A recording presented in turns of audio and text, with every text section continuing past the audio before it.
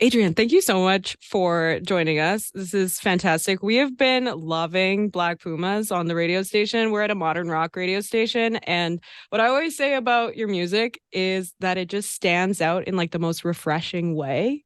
And it just sounds kind of unique in the playlist. And I'm wondering if you can kind of talk to why you think that is. Yeah, I appreciate that. Thanks for the kind words. We don't really put a whole lot of thought into how to actually stand out, but I think it's a testament to just us wanting to make honest, sincere music. When we started out, obviously it's soul influenced and leaning, but there's a lot of equal parts, rock and roll and hip hop and everything, but we don't really discuss too much about like this song will sound like this and this song will sound like this. So I think for that reason, it ends up sounding like us, which is I think kind of the our goal really is for it to sound like us and not sound like a genre or a sound or another band or anything like that. So hopefully that's what, people are reacting to, is that it has a unique feeling just because it's pretty sincere. I remember Adrian. I listened to the Song Exploder podcast all about colors. It was a great listen. I remember I was walking my dog on the beach and just like learning all about that song. And I'm curious, because that's a pretty cool and unique podcast. But what is it like to really like tear apart one of your songs like that? One of your, I'm assuming it's like your baby, but to really dissect it. What is that like?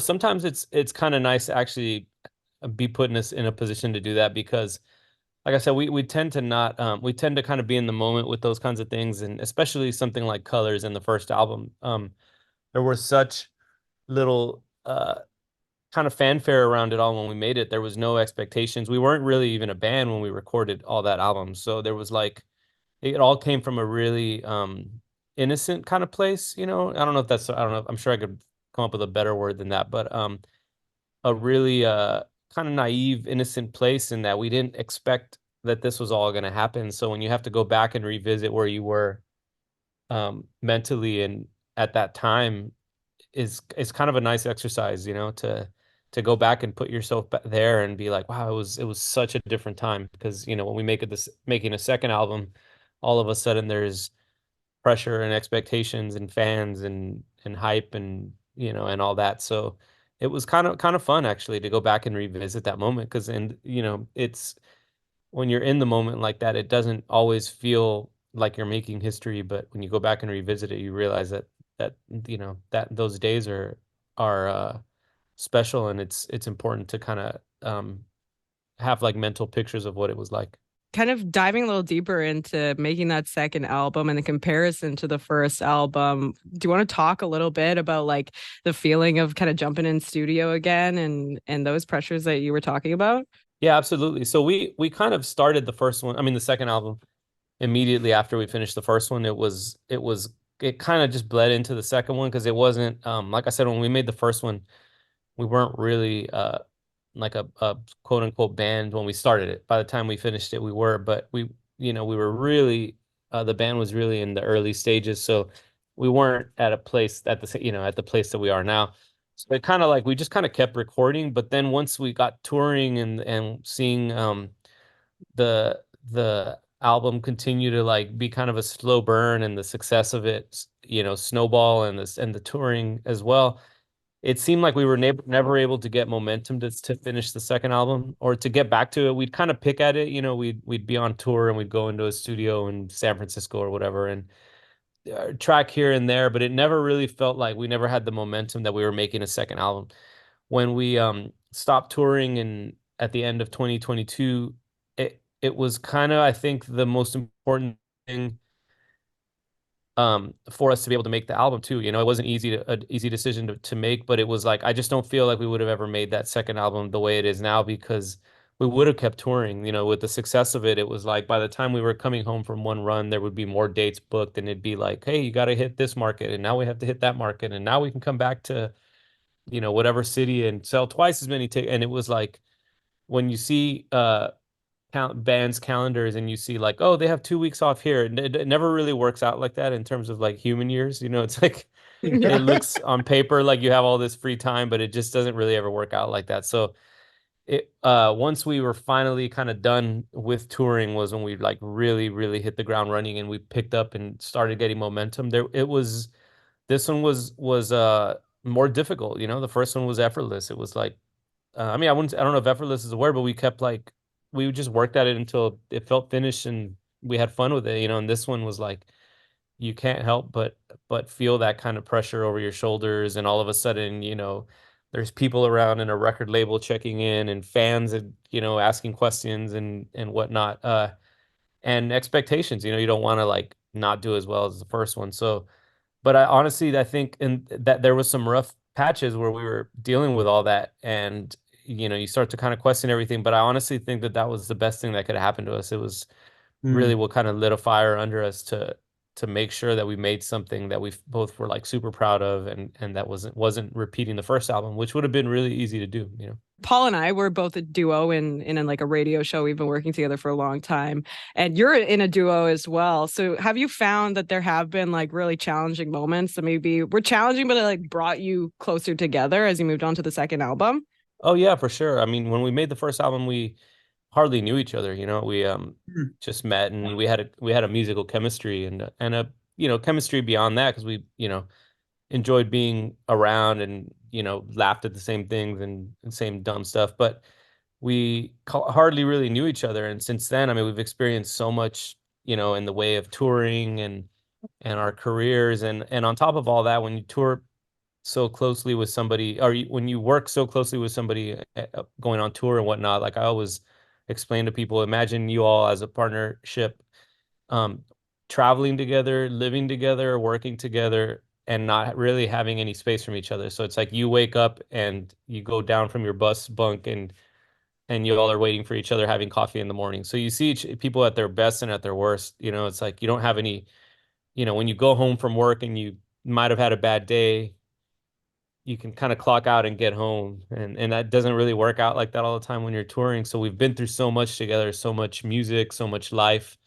seen highs and lows, and that kind of affects the music. And it also just affected our partnership in a way that we owed it to ourselves to be more honest, you know, with each other this time around. You know, it's like if we didn't like something, I think, you know, in where we made the first album, we may have been polite here and there just because we didn't know each other. Now it's like it was a matter of speaking up and just saying, hey, I don't like this, or I do like this. You know, it was so the communication and the bond are just stronger. Earlier this week, we were talking. We had an interview with Chaos. I don't know if you know who that is. He's a Absolutely. Yeah, yeah. you know Chaos. Yeah, yeah, Yeah, yeah, Canadian, yeah.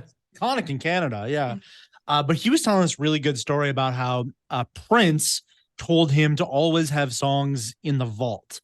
And so I was reading that even one of the songs on the new Black Pumas record took like 10 years to, you know, from start to finish to actually make. But beyond that, do you have a song vault? Yeah, we do. It's in various stages. You know, I don't know that we have, you know, Prince levels of like unfinished albums, but we have a lot of unfinished demos, a lot of stuff in the vaults. But you know, it's anything from voice memos to full band recordings to jam sessions to that. Yeah, I'd say we have a healthy vault. Yeah. Yeah, cool. And so is that on purpose? Like, is it important to you to have that kind of material that's, you know, from Yeah, whatever time in your lives? absolutely. I'm a big fan of, I remember, this is um kind of esoteric, and but it's how my brain works. I remember going to see a guy, he was a not like he was what's the term for it? Like a what's the plant people, not landscape, what do you call them? Like people that are into Horticulture? plants, horticulture guy. But he was all about like organic horticulture and whatnot. And just like having this whole ecosystem where it's like the concept is to never throw anything away. And I Hmm. remember he was just like, you never, you know, your food scraps do this, and your, you know, everything serves a purpose. Don't ever throw anything away. And I'm a big fan of just not ever getting, you know, the idea or the demo may be terrible when you made it, but always I'm a big fan of save everything, and it's going to come back and work for something else at some point. So yeah, I mean, I no matter how dumb the idea is, I always save it, put it in a folder, or, you know, put it on Dropbox and just give it some space. And always find like I come back to things and think like, oh, that was actually not bad. You know, it's like, so yeah, I try to keep everything. I like the idea of having like no creative waste, you know? It's like no Mm-hmm. waste in your kitchen, no waste Mm-hmm. creatively. That's great. Hmm. I'm doing a terrible job of paraphrasing what this guy said because I can't remember it all, but We're it was great. really inspiring where I was like, oh wow, that's actually like kind of how I approach music. You know, it's like don't waste anything. That's Yeah. really cool. And speaking of Prince, your previous group that you won a Grammy for, did you play with Prince? That's what I've heard. How did that happen? What's the story behind that? Yeah, we did for a couple of years on and off. He opened a club and he had a residency in Las Vegas at a hotel called the Rio, and the club was called 3121. It was when he made when he released that album called 3121. So he used to have a residency and he would curate the weekends there. He would curate Wednesday through Sunday, and he would play Fridays and Saturdays, and then he would curate Wednesdays and Thursdays. Through a freak occurrence of like us knowing somebody who knew him, sent him an album, a live album, and he one day on Thanksgiving Day, I remember the band that was supposed to play Thanksgiving didn't want to play, and they called us like the day before and said, "Can you guys fill in for this band?" So we went, and we thought that would be the end of the story. That would be awesome, like you got to play Prince's club, and I'll tell that story the rest of my life, to my kids. But he was there and he watched us, and he didn't talk to us after because he was, kind of always a little mysterious like that at first. But we flew home the next morning, and by the time we got home, he had fired the Thursday night band, and he asked if, or he didn't even ask us. He just said, "You guys are now my Thursday night band." So we started flying to Vegas every Thursday and playing there. And then that led to him eventually kind of getting on stage and jamming with us here and there. And then all of a sudden we got thrown into the deep end of like backing him on gigs and doing a bunch of gigs with him. Does he ever just become a person, or is he always just this like Character. Yeah, like I imagine it's like watching, like a demigod or an angel, that's there, and you just by being near him, you're just picking up some otherworldly next level energy. Yeah, I always kind of explain it to people like, is he like you and I? No, he definitely was not, Yeah. not from the same, astral plane or planet. Yeah. He was definitely not I consider myself a fairly normal person, and he was definitely not a just like anybody else. But I will say that he was a lot more human than people think.